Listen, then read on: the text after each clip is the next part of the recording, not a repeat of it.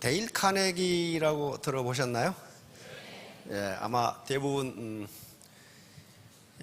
인간관계론으로 가장 유명하죠. 굉장히 유명한 자기계발학자입니다.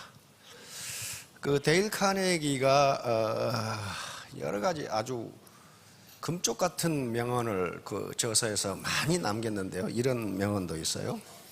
데일 카네기라는 사람이 이런 말 들어보셨죠? 뭐 통 안 들어본 분도 계실 거고 바람이 불지 않을 때 바람개비를 돌리는 방법은 앞으로 달려가는 것이다. 미국 사람이니까 이렇게 미국말로 해놨어. 어려서 바람개비 돌려보신 적 기억 있으시죠? 예. 바람이 불지 않을 때 바람개비를 돌리는 방법은 앞으로 달려가는 것이다. 바람이 불 때는요, 아무나 바람개비를 들고 있어도 바람개비가 돕니다. 그런데 바람이 불지 않을 때는 그 누가 들고 있어도 바람개비는 돌지 않아요. 경제가 성장 경제이고 그 다음에 경기가 호황일 때는 누구나 사업을 해도 돈을 벌 수 있어요. 사업이 잘 돌아가요. 옛날 우리 막 10% 성장할 때는요, 가게만 차리면 돈을 벌었어요. 커피점 몇 개 없을 때는요, 커피점만 차리면 돈을 벌었어요. 그런데 바람이 없을 때는요, 그 누가 해도 안 돌아가. 잘 안 돌아. 경기가, 사업이 잘 안 돌아가요. 그때는 어떻게 하라고요? 그걸 자꾸 뛰어야 돼. 뛰어야 된다고요. 그런데 어디로 뛰어요? 어디로? 어떻게? 어디로 뛰었냐고요? 앞으로. 근데 그놈의 앞이 동서남북이 어디냐 이거예요. 요 뛰기 위해서는 아무데나 뛰면요, 그건 구렁텅이로 빠져요. 아무데나 뛰면 되는 게 아니에요. 퇴직하고 치킨집을 가지고 뛰었더니 망했어. 그렇잖아요. 커피집을 가지고 뛰었더니 망했어. 엊그제만 하더라도 10중 9망 그랬거든요. 치킨집 10개 생기면 9개가 망한다 그랬는데 엊그제 보니까 10중 11망 그랬더라고. 10개 생겼는데 11개가 망했어. 그러니까 옛날에 생긴 놈들이 다 망하는 거야 지금. 그럼 어디로 뛰어야 되느냐 하는 거예요. 그래서 어디로 뛰는지를 알려드리는 게 애터미 교육이에요. 세 가지 공부가 반드시 필요해요. 세 가지 공부. 머리 공부, 네. 마음 공부, 그리고 몸 공부. 이 마음이 가장 중요해. 내가 바람개비가 돌지 않으니까 가지고 뛰어야 되겠다는 마음이 있어야 돼. 그렇죠? 이게 의지고, 열정이고, 그 다음에 도전 정신이에요. 이거 없는 사람 많습니다. 최근에 젊은 놈들 보고 실망한 놈들 많아요. 아무 생각이 없어, 도대체. 아무 생각이 없어. 여기까지 데려다 놨는데, 여기까지 데려다 놨어요? 오기 싫다는 놈을? 보니까 없어. 어디 갔는가 했더니 차에서 미국 프로야구 구경하고 있어. 야, 아무 생각이 없어. 이건 뭐예요? 마음이 없는 거예요. 그렇죠? 바람개비를 가지고 뛰어야 되겠다는 도전정신, 열정, 각오, 결심, 이게 없어요.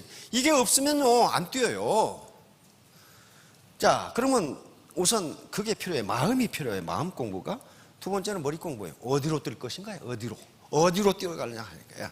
이게 목표를 정하는 거고 비전을 만드는 거예요. 나는 3년 내에 스타마스터가 되겠다. 이 무슨 목표가 있어야 될 거 아니에요. 나는 1년 내에 세일즈 마스터가 되겠다. 이 목표가 없이 뛰어야지. 목표가 없이 뛰어다 보면은 엉뚱하더라고요. 반드시 목표가 있어야 돼. 근데 가장 중요한 건 뭐예요? 몸 공부예요, 몸 공부. 머리로 암만 생각하고 마음으로 암만 결심해도 담배 끊는 사람이 그러죠. 내일부터 끊어야지. 우리도 피고 앉아있죠. 내일은 또 안 그래. 또 내일부터 끊어야지. 여자들 다이어트도 마찬가지예요. 다이어트 한다고 굳게 결심했는데 친구가 치킨을 사왔어. 오늘만 먹고 내일부터 해야지. 안 되는 거예요, 이게. 그러니까 암만 머리로 생각하고 마음으로 결심해도 몸이 실행을 하지 않은 바람개비는 돌지 않아요. 이걸 바람개비를 돌게 하는 데 있어서 가장 중요한 마음의 자세가 겸손이라고 하는 겁니다. 휴밀리티. 겸손이에요. 겸손해야만 뭔가 들어와요. 뭔가 들어와요. 그런데 겸손하게 하는데, 그래서 그걸 뇌과학자들은 마음의 청소 또는 머리의 대청소라고 이야기합니다. 이걸 다 지우지 않으면 새로운 정보가 들어오지 않아요. 자, 그러면 이제 문제는 이제 정보가 무엇인가 하는 건데요. 정보가 무엇인가? 정보는 통상은 인포메이션이라고 하는데요. 인포메이션. 근데 군대에서는 이것을 인텔리전스라고 이야기합니다. 이걸 정보라고 이야기하는데, 정보학이 발전하면서 정보에 대한 정의가 학자마다 달라. 그런데 그 학자마다, 정보학 교수가 굉장히 많은데 학자들이 나름대로 전부 일리가 있어요. 아, 그거 맞네. 그렇지. 그게 정보지. 이렇게 할 수 있는데, 제가 가장 좋아하는 두 가지 정의가 있어요. 정보란 무엇인가에 대해서. 첫째는 이 정보학의 아버지라고 하는 미국의 수학자이자 이 공학자, 전기공학자인데요. 클로드 셰넌이라는 콜롬비아 대학 교수인데, 정보를 뭐라고 정의를 했냐면, 정보는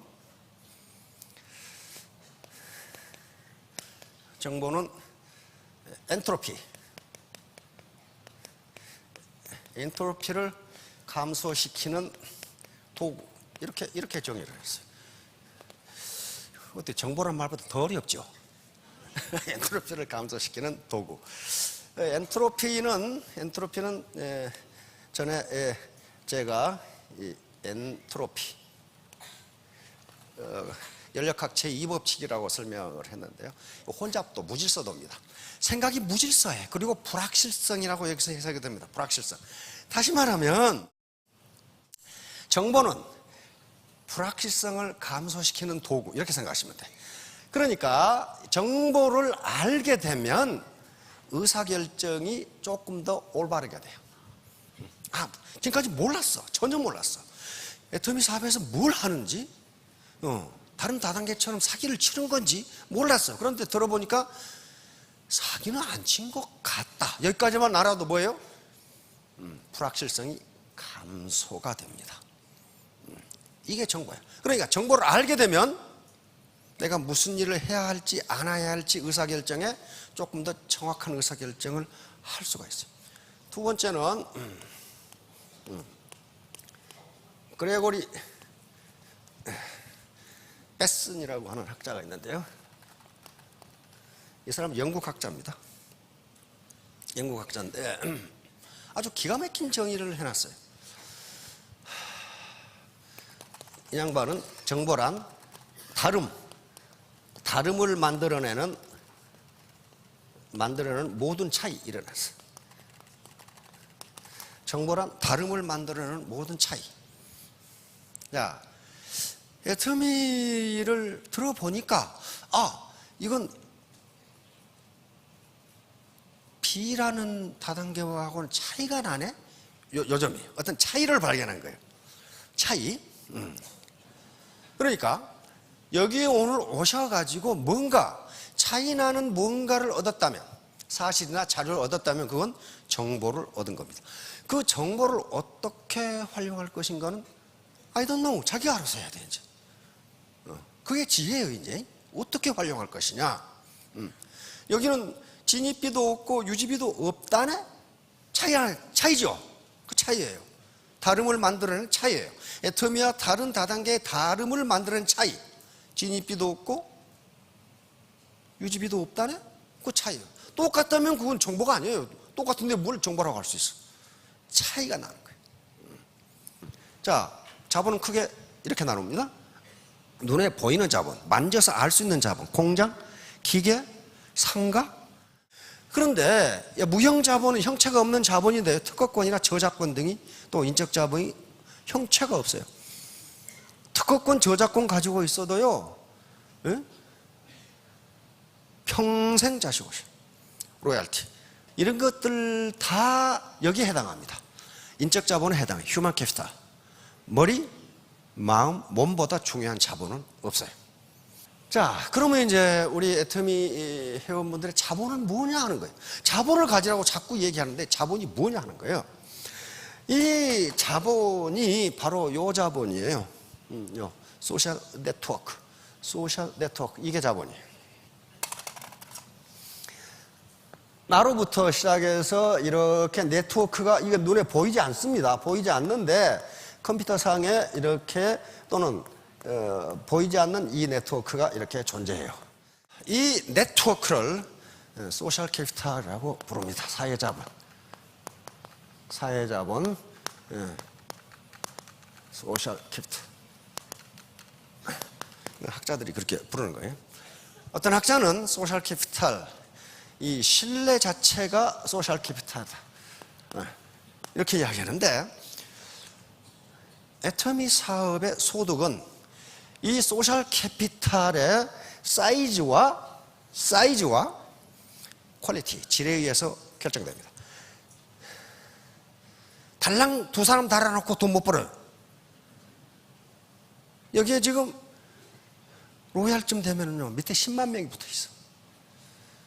그러니까 이 고기 잡는 그물이라고 생각하시면 돼. 고기 잡는 그물의 사이즈가 일정 정도 이상이 돼야 고기를 잡을 수 있어요. 근데 퀄리티는 뭐냐? 이 그물의 사이즈가 아무리 커도 이게 찢어져 버리면 고기 못 잡아요. 한 마리도 못 잡아. 그러니까 이 소셜 캐피탈, 이게 사회 자본이에요. 이 자본을 어떻게 키울 것이냐 하는 문제예요. 어떻게 키울 것이냐. 그리고 신뢰, 파트너, 그 다음에 파트너와 스폰서 간의 신뢰, 컨피던스, 요걸, 트러스트, 이걸 어떻게 돈독하게 할 것이냐 하는 문제가 스타마스타가 되느냐, 로얄마스타가 되느냐, 5천을 보느냐, 4천을 보느냐를 결정하는 거예요. 이 자본의 사이즈, 이 자본의 생산성이에요. 이 자본의 사이즈가 일정 사이즈 이상 되지 않으면 그 소득 안 올라와요. 아니, 자본이 적은데 어떻게 소득이 올라가냐고. 올라올 수가 없어요. 그러면 이제 문제는 뭐예요? 이 사이즈를 어떻게 키우고 퀄리티를 어떻게 높일 것이냐 하는 문제. 그렇죠? 그게 전부예요, 이제. 그게 전부라고요. 근데 우리는, 대한민국은 민주공화국이다. 그렇죠? 모든 권력은 국민으로부터 나온다. 그러니까 스폰서 입장에서 국민은 누구예요? 파트너예요. 80년대 중반, 1982년에 메가 트렌드, 대흐름, 문명의 대흐름, 이런 시대가 온다라고 이미 경고를 했고, 지금도 우리 서점에 가면 저게 번역되어 있어요. 메가 트렌드 그래가지고. 그런데 이 메가 트렌드 속에 한 챕터에 하이테크, 하이터치라는 한 챕터가 나오는데, 이게 너무 중요하기 때문에 이 사람이 이 챕터를 다시 떼서 하나의 책으로 쓴 게 하이테크, 하이터치. 다시 말하면 지금 4차 산업혁명에 의해서 고기술, 아주 첨단 기술이 전부 인간을 대신하는데, 인간은 인간이라는 거예요. 다시 말하면 아무리 첨단 기술이 발전하고 로봇가 만들어져도 인간은 인간의 손길을 필요로 한다는 거예요. 그러니까 하이테크가 될수록 인간은 인간을 찾는다는 거예요, 지금. 그런데 그게 그렇게 돼가요. 애터미는 휴먼 터치 사업입니다. 로봇 가지고 하는 게 아니고, 광고를 하는 것도 아니고, 인간과 인간의 터치로 사업이 이루어지는 휴먼 터치, 휴먼 네트워크 사업이에요. 그렇다면은 하이테크 시대에도 인간과 인간의 정은 없어지지 않기 때문에 살아남을 수 있다. 이렇게 지금 판단하는 거예요. 로봇 기술을 사람처럼 만들려면 뭘 해야 되느냐면요, 인간의 뇌를 연구하지 않으면 못 만들어요. 도대체 인간의 뇌라는 게 어떻게 생겨먹은 것이냐, 인간의 신경망은 도대체 어떻게 된 것이냐 를 연구해야 된단 말이에요. 그래서 그 주제가 생명과학이 들어있는 거예요. 그러면 문제는 이제 지능이에요. 지능, 머리란 말이에요. 지금 여기 지능검사가 나온 것은 지금부터 100년 전입니다. 1905년에 프랑스에서 처음 나왔어요. 근데 프랑스에서 지능검사를 한 이유는 굉장히 인도주의적 목적이었습니다. 이때부터 1900년대 초반부터 프랑스에서 국민교육이 시작됐어요. 지금은 옛날에 우리 초등학교를 뭐라고 그랬어요? 국민학교라고 그랬잖아요. 근데 지금은 안 써요, 그 말을. 왜냐하면 독일과 일본에서 썼기 때문이에요. 국민학교는 말을 독일에서 썼고 일본에서 갖다 썼고 우리 갖다 썼어. 근데 그 초등학교거든. 그런데 이때부터 국민교육이 시작되니까 어떤 일이 벌어졌냐면은 한 클래스에 성적이 아주 좋은 애, 이 공부를 못 따라온 애가 한 클래스에 있어. 그러니까 프랑스 정부가 인도주의적 입장에서 저 학습 지진아들을 어떻게 방과 후 학습으로 성적을 끌어올릴 것이냐를 연구하라고 그랬단 말이에요. 그러니까 순전히 인도주의적 목적이죠. 그래가지고 저희들 어떻게 학습을 따라오게 할 것이냐를 연구하다가 이게 나온 거예요. 이때부터 지능검사라는 게 시작됩니다. 지능검사의 역사는 그러냐, 지금부터 몇 년이에요? 100년 동안 연구해요. 인간의 지능이 뭐냐 하는 것을 100년 동안 연구했단 말이에요. 학자들, 심리학자들과 이 생물학자들이 연구를 했어요. 그런데 여기에 골턴이라는 인물이 나옵니다. 이 골턴은 유전자 결정론, 이게 우생학자인데 이게 영국 사람인데 뭐냐면은 인간은 나면서부터 우등한 놈과 열등한 놈이 있는데 열등한 놈은 점점 종자를 없애고 우등한 놈으로 종자를 퍼뜨리면 인류는 점점 좋아질 것이다. 아주 끔찍한 이론을 내세운 사람이에요. 그런데 이 골턴은 말이죠, 자기 이론이, 그러니까 이건 유전자에 딱 갇혀가지고 너는 나면서부터 네 유전자가 그모난 그 꼴이기 때문에 너는 평생 그렇게 살아라. 이게 지금 이거예요. 무시무시한 이론이죠. 이게 맞다면. 그러니까 이 골턴은 유전자가 좋은 놈이 유전자 나쁜 놈을 다 때려 죽여라 하는 게야. 아주 무시무시한 일이죠. 그런데 이 사람이 골턴이에요. 그런데 자기가 우생학을 만들어 놓고 실제 실험을 해봤어. 맞는지. 자기가 맞다고 생각했어. 황소 무게 측정인데요. 황소 전문가에게 저 황소 무게가 몇 킬로그램이냐, 몇 킬로그램 되겠느냐. 그러면 황소 전문가니까 거의 비슷하게 맞추겠죠. 그리고 아무것도 모르는 동네 사람한테 저 몇 킬로그램 되느냐. 그랬더니 황소 전문가가 더 잘 맞춰. 당연하죠. 그래서 이번에는 어떻게 했냐면은 그 황소 전문가하고 동네 사람 아무나 10명 데려다가 무게가 몇 킬로그램 했더니 그 동네 사람 10명이 회의에서 맞춘 게 정확하게 맞더라는 거예요. 자기 이론이 완전히 틀려버렸어. 이거 봐라. 전문가가 더 나을 텐데 왜? 이게 바로 집단지성이라는 겁니다. 바보 셋이 모이면 제갈량보다 낫다는 게 요거예요. 요게 지금 요거예요. 여기 이제 뉴질랜드 정치학자 제임스 플린이라는 사람인데 이상한 걸 발견했어요. 미국 국민의 IQ를 검사했더니 어떻게 돼요? 점점 올라가. 그렇다면 이게 IQ가 유전자에 의해서 결정된다면 이게 올라가면 안 되는 거예요, 지금. 그렇죠? 유전자는 일단 뱃속에서 42일 만에 결정된다고 그러니까 올라가면 안 되는데 올라가는 거예요. 그럼 뭐예요? 인간의 지능에 영향을 미치는 것이 유전자 말고 다른 게 있다 하는 걸 나타내요. 이때 그래서 각 나라에 다 일본, 홍콩 다 조사했어요, 유럽. 근데 전부 이래. 전부 올라가, IQ가. 그러면 머리가 어머니 뱃속에서 결정된다는 이론이 안 맞는 거예요. 이게 뭐냐는 거예요, 이게. 근데 이 양반이 또 엉뚱한 사람이 한 분 나타났어. 이게 스탠퍼드 대학 심리학교 굉장히 유명한 사람이에요. 루이스 터먼이라는 사람. 이 사람은 우생학 신봉자예요. 맞다. 인간은 태어날 때 유전자에 의해서 그 사람의 일생이 결정된다. 따라서 그 사람의 IQ를 알면은 이 인간이 일생을 어떻게 살아갈지를 알 수가 있다. 이렇게 가정을 한 거예요. 그래놓고 실험을 시작했습니다. 이 학자는 대단히 유명한 학자인데 캘리포니아 초중등학교 학생 25만 명의 IQ 테스트를 전부 했어요. 그래서 IQ 135, 다시 말하면 천재라고 생각되는 애들 1521명을 선정해서 가설을 이렇게 세웠습니다. 이 아이들은 각계의 최고 엘리트가 되어 성공적인 인생과 영웅적인 지위를 누릴 것이다. 즉 인간의 일생은 IQ 하나만으로 측정이 가능하다. 예측이 가능하다. 이게 가정이니까 가정을 실험에 의해서 연구에 의해서 확정이 돼야 그게 학설이 됩니다. 그렇죠? 그래서 실험을 시작합니다. 실험을 시작하는데 미국의 위대함, 미국의 강함은 여기에 있습니다. 이 사람들은 한번 실험을 시작하면요, 그놈이 죽을 때까지 해. 그러니까 1921년부터 1990년까지 70년간 이놈들이 다 죽을 때까지 한 거예요. 그래서 모든 기록을 다 해. 이놈은 몇 살 때 태어나서 어디 살고 그 건강은 어떻고 결혼 생활은 어떻고 공부는 뭐 했고 전부 기록하면 어떻게 됩니까?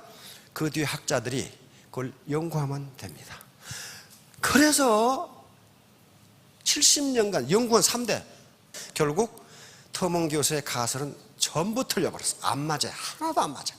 IQ가 한 인간의 일생을 결정하지 않는다. 이렇게 결론을 내리고 끝났습니다. 왜냐하면은 이게 135 이상 천재들이기 때문에 이 중에 영화배우도 있고 교수도 있고 다 나왔어요. 부자도 있고 다 나왔는데 노벨상은 하나도 없고 퓰리처상은 하나도 없어. 그 다음에 청소부 타일공 등도 대단히 많아. 그럼 청소부나 타일공이 나쁜 직업이다 그런 얘기가 아닙니다. 지금 요것은 IQ 135가 아니라도 할 수 있다 그 말이야. 그렇죠? 천재만 타일공 할 수 있나요? 아니란 말이에요. 그러니까 전혀 안 맞는 거야. 그러니까 이제 학자들이 그럼 도대체 인간의 일생을 결정하는 건 뭐냐를 가지고 연구하기 시작한 거예요. 뭐 같아요? 미모? 미모 아니에요. 바로 터먼 교수가 이 천재들이 노벨상을 탈 거라고 예측했는데 천재는 못하고 이 두 사람이 탔어요. 이 사람들이 노벨 물리학상을 탔고 파인만은 20세기에 아인슈타인 버금가는 물리학자인데 IQ 120밖에 안 돼. 두 학자가 노벨상을 탄 거예요. IQ 120이어가지고 터먼 교수는 저런 바보들은 평생 그렇게 산다고 생각했는데 노벨상을 받은 거예요. 거기다 인류에게 가장 큰 공헌을 해준 사람. 처음 만든 반도체인데 이 세 사람이 노벨상을 받았거든요. 근데 이분은요, 두 번째 있는 분은 노벨상을 또 받았어. 물리학상을. 초전도 대용으로 노벨상을 또 받았어요. 그러니까 이게 지금 터먼 교수의 IQ만 알면 한 인간의 일생을 알 수 있다는 가정이 틀려버린 거예요. 자, 그래서 과연 유전자가 한 인간의 그 인간의 성격을 결정하는가 하는 실험이 계속 이루어집니다. 뇌과학이 계속 발전하죠. 지금 맥길 대학의 마이클 미니 교수가 쥐를 가지고 실험을 했어요. 쥐가 이제 새끼를 낳았는데요. 두 번 실험을 했어요. 쥐 새끼 두 마리를 꺼내가지고 이렇게 쓰다듬어 주고 어미한테 다시 넣어줘. 네? 다시 넣어줘. 그러니까 엄마가 어떻게 깜짝 놀라가지고 사람 같으면 이놈아 엄마한테 이야기하라고 어디로 가? 그러면서 막 이렇게 안아주고 핥아주고 막 그래. 에? 사람 같으면 그러겠죠. 내가 이놈 자식이 말이야 다음에 엄마한테 얘기 안 하고 나면 혼내줄 거야. 그러면서도 이렇게 쓰다듬어 두고 그 일을 여러 번 했어. 여러 번 했더니 그러고 봤더니 엄마가 많이 쓰다듬어 주고 인간이 많이 쓰다듬은 쥐가 훨씬 건강하게 자라더라. 그리고 굉장히 도전적이고 호기심이 많고 이렇게 크더라는 거예요. 그 말은 무슨 말이에요? 유전자가 똑같은데 왜 그러냐는 거예요. 유전자가 똑같은데 어떻게 키우냐에 따라 달라진다. 그리고 다음 실험을 했어요. 두 번째는 쥐도 굉장히 애정이 풍부하고 사랑 따뜻한 쥐가 있고 굉장히 냉담하고 찬 쥐가 있답니다. 그래서 그 새끼를 바꿔 키웠어요. 따뜻한 쥐한테서 난 새끼를 냉정한 쥐로 옮기고 두 개를 옮겼는데 만약에 유전자 결정론이 맞다면 그놈이 어디서 크건 엄마하고 성격이 같아야 돼. 정반대더라는 거예요. 어떤 유전자를 받고 태어났든지 따뜻한 쥐에게서 큰 쥐는 따뜻한 쥐가 되더라는 거예요. 그래서 미니 교수는 유전자 결정론은 설득력이 없다고 결론을 내립니다. 많은 다른 학자들이 또 실험을 했는데 똑같아. 분명히 유전자가 같은 엄마한테서 낳았는데 성격이 달라져. 어떻게 크냐에 따라서. 이거 누구예요? 그래서 많이 봤죠. 강수진. 이렇게 이쁜 지금 국립발레단 지금 단장하고 있죠. 발가락이 이렇게 생겼어요. 얼마나 연습을 했으면 시골 중학교 나왔죠. 시골 중학교 나가면 혼자 독일 갔죠. 이 강수진 씨가 유전자가 좋아서 춤을 잘 춘다?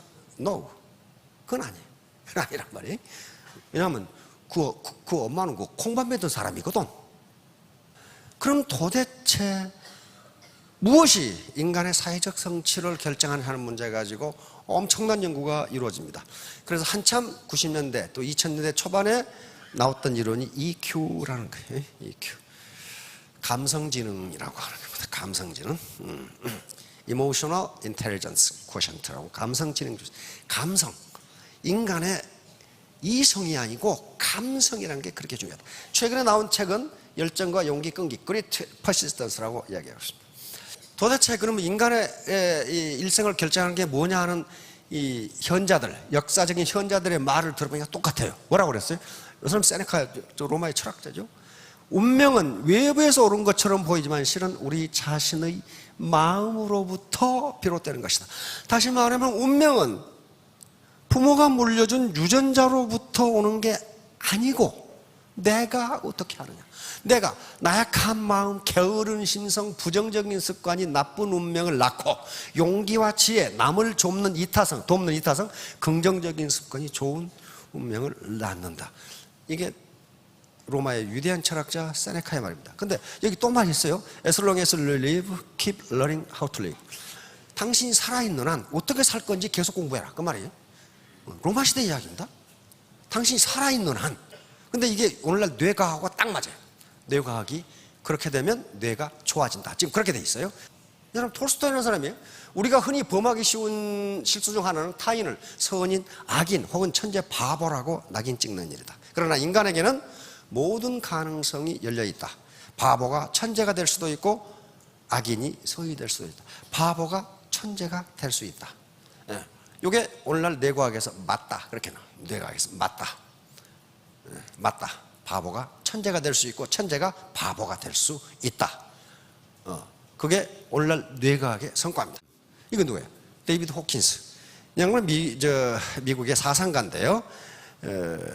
정신과 의사이자 그리고 과학자이고 저술가인데 똑같은 얘기를 했어요. 수많은 사람들이 그들의 천재성을 인식하지 못하고 쓰지 못하는 이유는 높은 IQ와 천재를 혼동하고 있기 때문이다. IQ가 높다고 천재가 아니라는 거예요. 천재가 아니라는 거예요. 천재란 인내, 용기, 집중, 똑같은 얘기를 하고 있죠. 집중, 끌고 가는 강한 힘, 절대적인 정직을 소유한 사람을 보는 것이 타당하다.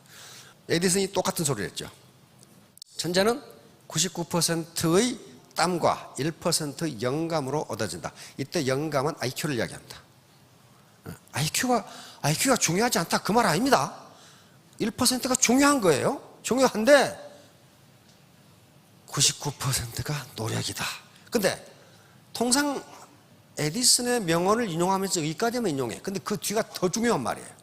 천재란 단순히 자신이 해야 할 모든 일을 완수하는 재능을 가진 사람인 경우가 많다. 여기를 봐야 돼. 바로 에디슨이 하고 싶은 말이 이 말이었어요. 에디슨이 전구를 만드는데 몇 번 실패했다고요? 책마다 달라. 어떤 데는 3,000번 실패했다, 어떤 데는 5,000번 실패했다. 근데 에디슨의 자서전을 보면 9,999번 실패했다고 나와. 그러니까 자기도 몰라 몇 번 실패했는지. 그러니까 기자가 물었어. 당신은 말이야, 그 9,999번이나 실패합니까? 그러니까 에디슨이 그랬어요. 이 사람아, 실패가 뭐라니. 나는 불이 켜지지 않는 방법을 9,999가지나 알아낸 사람이야. 알아냈잖아요, 불이 켜지지 않는 방법을. 그래서 10,000번째 성공했다. 그러니까 에디슨의 자서전은 그렇게 나오는데 에디슨 자신도 가만히 보면 몇 번 실패한지를 모르는 것 같아. 하도 많이 해가지고. 그러니까 어린이 책에는 3,000번으로 돼 있고 2,000번으로 있고 5,000번 다 다른데 아무튼 무지하게 실패했다. 그렇게 마시면 돼. 그런데 에디슨은 어떻게 했어요?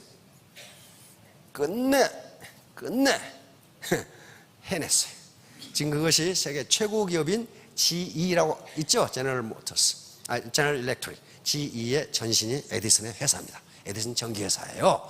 그러니까 그게 몇 개가 합해서 지금 GE가 됐는데 GE는 지금도 내세울 사람이 에디슨밖에 없어. 에디슨이 만들어 회사 그래가지고 하는 게 지금 GE예요. 그런데 거기에 어떤 조수가 있었어. 조수가 아까 우리 박 회장께서 지식, 지혜, 그 조수는 초등학교도 못 나왔어. 초등학교도 못 나왔어요. 그래가지고 에디슨하고 같이 자기가 돈을 벌면 엄청나게 벌 것 같은데 에디슨한테 갈 차비가 없어. 농사꾼이었거든. 농사꾼 그 품팔이였거든. 그래가지고 기차 짐간에 몰래 갔어, 에디슨한테. 그래서 에디슨을 만났어. 만나가지고 내가 당신하고 사업을 하고 싶다. 아니, 돈 한 푼도 없는 놈이 사업하고 싶다고 그랬어. 그러니까 에디슨이 뭐라고 그러냐면, 하루에도 당신 같은 사람이 수십 명이 찾아와. 에? 그러니 내가 묻는 말에 답변을 하면은 나하고 사업을 하고, 못하면 그만이다. 그랬단 말이에요. 뭡니까? 자네가 이제 사무실에 앉아 있겠죠? 나를 이 방에서 나가게 해봐. 그러니까 이 농사꾼이 말 같지도 않은 소리. 어떻게 선생님이 거기 있는데 밖으로 나가게 합니까? 밖에 있다 하면 들어오게 할 수는 있지만. 그러니까 그러면 내가 밖에 나가보지. 한번 딱 넣는 순간 아이고 내가 졌구나. 이게 지혜예요. 초등학교도 못 나온 친구예요. 그래서 에디슨 다음가는 부자가 됩니다. 왜? 에디슨은 만들 줄만 알았지 팔 줄을 몰라. 과학자니까. 그래서 엄청나게 많은 돈을 벌어줘요. 여러분도 화장품을 못 만들지만은 팔 줄은 알아가지고 엄청난 부자가 되시기 바랍니다. 예, 감사합니다.